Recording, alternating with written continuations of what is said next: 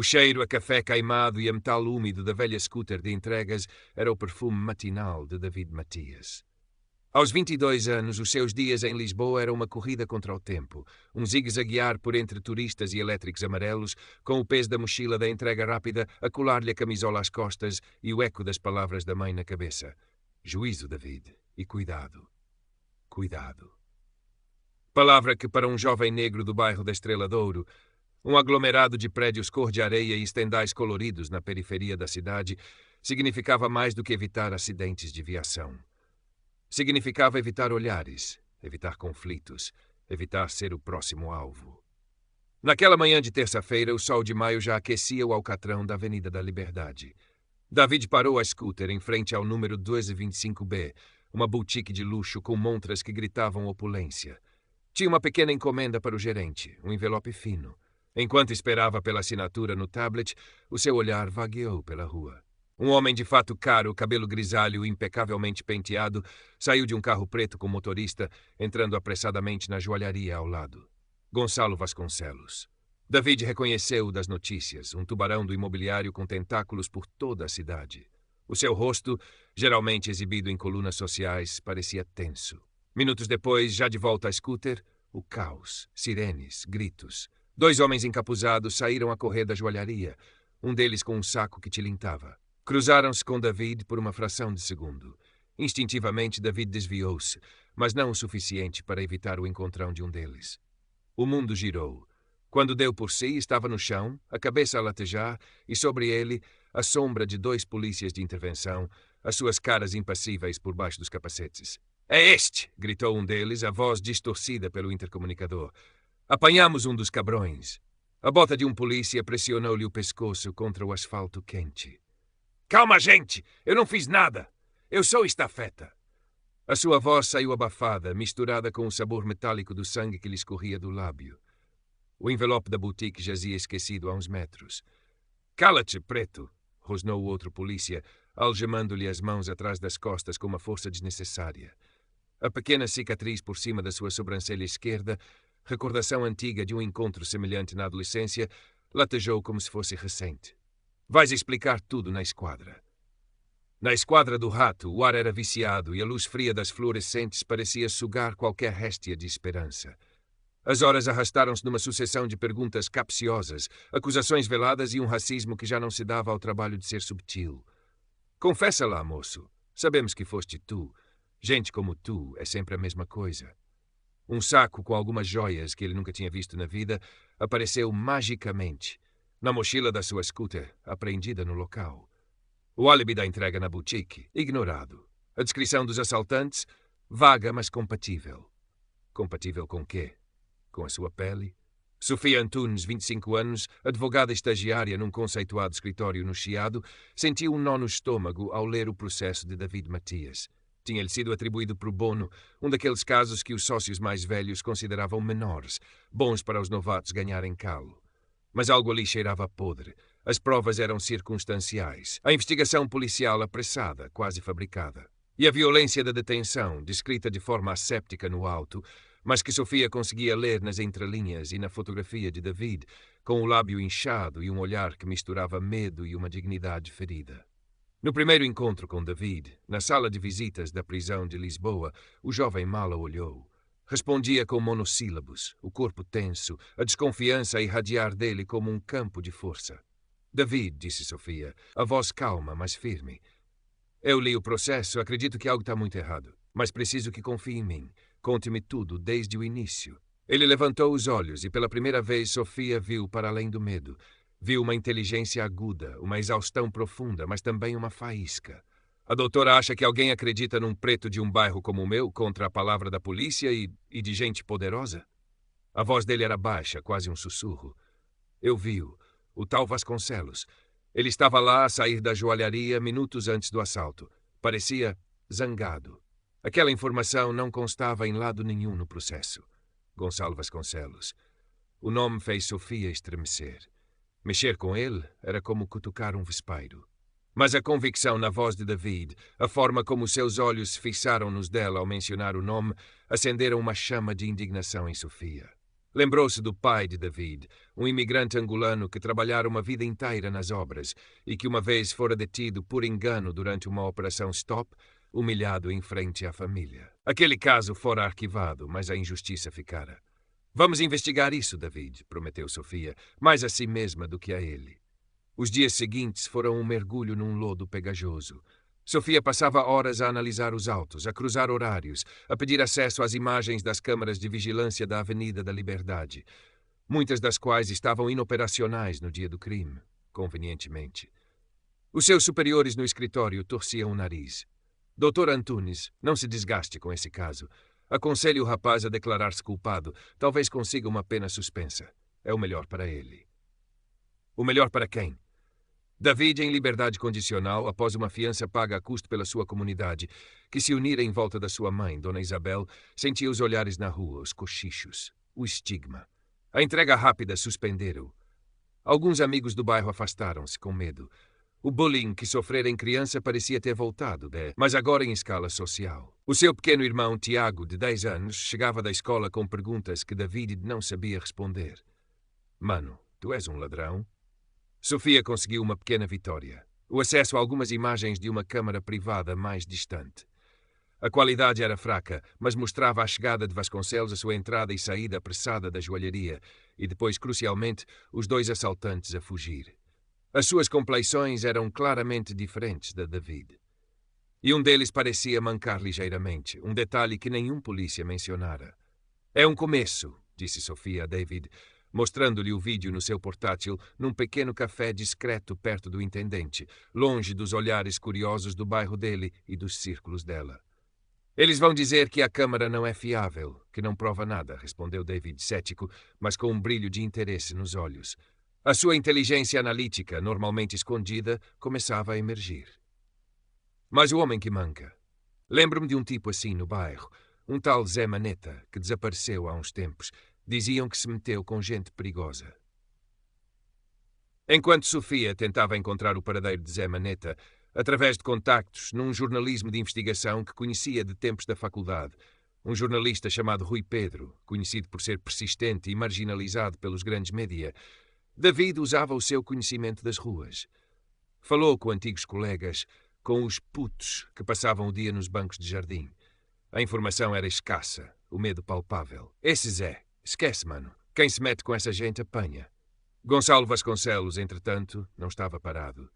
Um artigo depreciativo sobre David surgiu num tabloide sensacionalista, pintando-o como um delinquente habitual, com fontes policiais a confirmar o seu historial problemático. Sofia foi chamada ao gabinete do sócio principal do seu escritório. Dr. Antunes, disse o doutor. Meireles, a voz fria como mármore. Este caso está a trazer publicidade indesejada ao nosso escritório. O Sr. Vasconcelos é um cliente importante. Sugiro que reconsidere a sua cruzada. A ameaça era clara. O verniz de respeitabilidade de Gonçalo Vasconcelos escondia uma rede de influência que chegava longe. Sofia saiu do gabinete com o maxilar cerrado. Aquele aviso só reforçou a sua determinação. Ela e David estavam a tocar em algo grande, algo que Vasconcelos queria manter enterrado a qualquer custo. O que seria? O assalto parecia cada vez mais uma cortina de fumo. Rui Pedro, o jornalista, conseguiu uma pista. Zé Maneta fora visto em Espanha, perto da fronteira, gastando dinheiro que não tinha. E a descrição de um dos seus acompanhantes batia certo com a de um conhecido segurança pessoal de Vasconcelos. Acho que o assalto foi encomendado, Sofia, disse Rui. Talvez para roubar algo específico daquela joalharia, algo que incriminasse o Vasconcelos, e ele precisava de um bode expiatório rápido e credível para a polícia corrupta que controla. Mas o quê? Perguntou Sofia. A joalharia também funciona como um discreto cofre para clientes VIP. Documentos, talvez? Algo que o ligasse a negócios menos limpos. David, ao ouvir isto, lembrou-se de um detalhe. No dia do assalto, enquanto esperava pela assinatura na boutique, vira Vasconcelos a sair da joalharia com uma pasta de pele, o rosto carregado. Não era a atitude de quem tinha acabado de fazer compras. Era a de quem tinha tido uma discussão ou recebido más notícias. A investigação deles começou a focar-se nos negócios de fachada de Vasconcelos. Descobriram uma teia de empresas offshore, transações suspeitas e uma ligação a um projeto imobiliário na zona ribeirinha de Lisboa, envolto em polêmica por suspeitas de corrupção e despejos ilegais. Aparentemente, a joalharia servia de ponto de encontro discreto e possivelmente de local para guardar documentos comprometedores sobre esses negócios. O assalto poderia ter sido uma tentativa de um rival ou de alguém que ele tramara de obter esses documentos. Vasconcelos, apanhado de surpresa, teria usado a sua influência para montar rapidamente uma farsa, e David, pela sua cor e origem, era o candidato perfeito para culpado. A pressão aumentou. O carro de Sofia apareceu com os pneus furados 2 vezes. David começou a ser seguido de forma ostensiva por indivíduos desconhecidos. Uma noite, ao voltar para casa, foi encurralado num beco por 2 homens. Não queriam roubá-lo. Queriam intimidá-lo. Larga o osso, miúdo. Há coisas que não são para o teu bico. David conseguiu escapar, o coração a mil, mas a raiva sobrepôs-se ao medo. Já não era só pela sua inocência. Era por todos os Davids que aquele sistema esmagava. Precisamos de algo irrefutável, Sofia, disse David, os olhos a brilhar com uma nova determinação. Algo que eles não possam negar ou encobrir. Sofia, através de um contacto anónimo dentro do sistema judicial, que se sentia enojado com a corrupção, mas temia represálias, soube que Vasconcelos iria dar uma grande festa de angariação de fundos para uma instituição de caridade, mais uma das suas fachadas, num palacete restaurado em Santos. Seria um evento cheio de figuras influentes da cidade. É a nossa oportunidade, disse Sofia. Se conseguirmos entrar, talvez possamos aceder ao escritório dele e procurar alguma prova digital, uma gravação. Entrar como? Perguntou David. Ele não seria convidado. Eu talvez consiga um convite através de um colega. Mas tu seria demasiado arriscado. David abanou a cabeça. Eu vou. Conheço os esquemas de segurança destes eventos. Trabalhei como segurança freelancer em alguns antes da entrega rápida. Consigo entrar pelos fundos. E lá dentro, sou só mais um empregado negro, invisível para eles.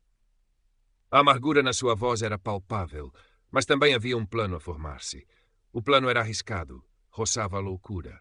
Sofia entraria como convidada, tentaria distrair Vasconcelos ou os seus seguranças mais próximos. David, disfarçado de empregado de catering, um uniforme emprestado por um primo que trabalhava na área, tentaria chegar ao escritório de Vasconcelos, identificado previamente por Sofia através da planta do palacete que ela conseguira online. O objetivo: colocar uma pendrive encriptada com um software de cópia de ficheiros no computador de Vasconcelos, esperando apanhar algo útil. A noite da festa chegou, fria e ventosa para uma noite de primavera.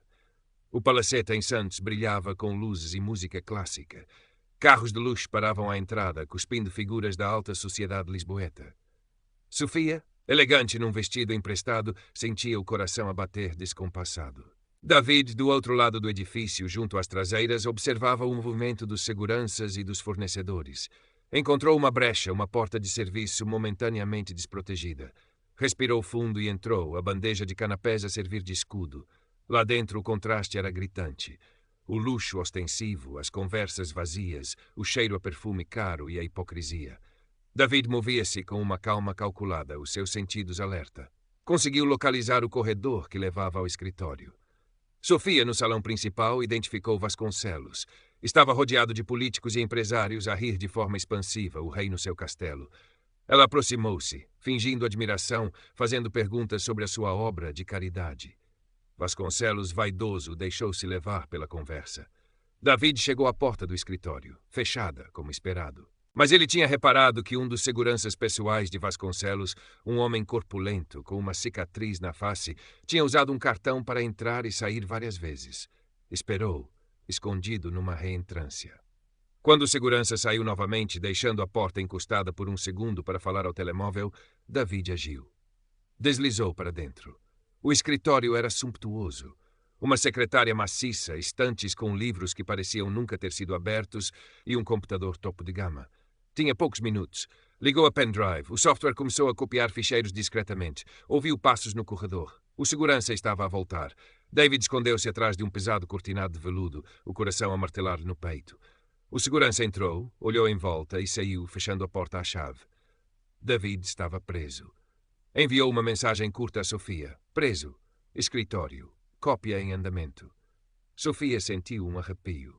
Vasconcelos ainda estava a falar, mas a sua atenção começava a desviar-se. Ela precisava de criar uma diversão maior. Viu o empregado a passar com uma bandeja de copos de champanhe. Acidentalmente, tropeçou e a bandeja voou, os copos a estilhaçarem-se no chão com estrondo, o líquido dourado a espalhar-se. Caos momentâneo. Vasconcelos irritou-se. Alguns seguranças correram para o local. Era a oportunidade. No escritório, David ouviu a comoção. A pendrive piscou, cópia concluída. Mas como sair? A janela dava para um pátio interior com um muro alto. Viu um pequeno alçapão no teto, provavelmente para acesso ao sótão. Arrastou uma cadeira pesada, subiu e, com esforço, abriu-o. O espaço era poeirento e baixo. Saiu por ali, fechando o alçapão. Sofia, entretanto, recebera a mensagem de David. Saí. Sótão. Preciso de ajuda para descer exterior. Vasconcelos estava cada vez mais desconfiado. Ela desculpou-se e dirigiu-se discretamente para a zona do pátio interior que David indicara. Do sótão, David conseguiu chegar a uma pequena janela de água furtada que dava para o exterior, por cima do pátio. Não havia como descer dali sem se magoar seriamente. Sofia viu-o. Fez sinal a um dos empregados de catering que parecia mais jovem e menos intimidado pela opulência. Talvez um estudante a fazer um biscate. Preciso da tua ajuda. É urgente. Um amigo ficou preso lá em cima. Está a sentir-se mal. O rapaz, inicialmente hesitante, olhou para a expressão aflita de Sofia e para a figura de David na janela escura e acedeu. Juntos arrastaram um contentor de lixo industrial que estava no pátio para debaixo da janela. David conseguiu descer, aterrando no contentor. Sujo, mas com a pendrive segura. Saíram pelos portões de serviço, misturados com outros empregados que terminavam o turno. O segurança com a cicatriz viu-os de relance, mas não lhes deu importância. Para ele, eram apenas mais dois invisíveis. No dia seguinte, no pequeno apartamento de Sofia, analisaram o conteúdo da pendrive. Eram e-mails, folhas de cálculo, gravações de chamadas. Provas irrefutáveis da corrupção de Vasconcelos, subornos a funcionários da Câmara para aprovar os seus projetos imobiliários, ameaças a concorrentes e, o mais chocante, uma conversa gravada onde ele dava ordens explícitas para arranjar um culpado qualquer, um preto do costume, para o assalto à joalharia, que fora, de facto, uma forma de ele próprio recuperar documentos que um ex-sócio lhe roubara e guardara no cofre da loja. David fora o bode expiatório perfeito, apanhado na teia por puro azar e preconceito. Temos tudo, disse Sofia, os olhos a brilhar. Rui Pedro, o jornalista, foi contactado. A história era uma bomba. Ele verificou a autenticidade das provas com os seus próprios peritos pronto para publicar. A publicação caiu como um terremoto sobre Lisboa. Escândalo Vasconcelos, corrupção, racismo e justiça fabricada. As provas eram esmagadoras. A gravação da voz de Vasconcelos a ordenar a incriminação de um preto qualquer tornou-se viral. A indignação pública foi imensa. Manifestações espontâneas surgiram em frente ao tribunal e à Câmara Municipal. Gonçalo Vasconcelos foi detido preventivamente. Os seus advogados tentaram todas as manobras, mas a pressão pública e a solidez das provas eram demasiado grandes. Os polícias corruptos que participaram na armação contra David foram suspensos e enfrentavam acusações criminais. O sistema, tão arrogante e seguro de si, começava a tremer. David foi formalmente ilibado de todas as acusações. No tribunal, ao ouvir a sentença, olhou para a mãe e para o irmão Tiago, que choravam de alívio na assistência. Olhou para Sofia, que lhe sorriu, um sorriso cansado, mas vitorioso. Sentiu um peso a sair-lhe dos ombros, um peso que carregava há demasiado tempo, não apenas desde a acusação, mas desde que se entendia por gente. Nos meses que se seguiram, o caso Vasconcelos continuou a dominar as notícias. Outras vítimas da sua arrogância e dos seus esquemas começaram a aparecer. A sua rede de influência desmoronou-se. David voltou ao seu bairro, já não como um suspeito, mas como um símbolo de resistência. A sua história inspirou muitos. Ele começou a participar em debates sobre justiça racial e direitos humanos. A cicatriz por cima da sobrancelha continuava lá, mas agora os seus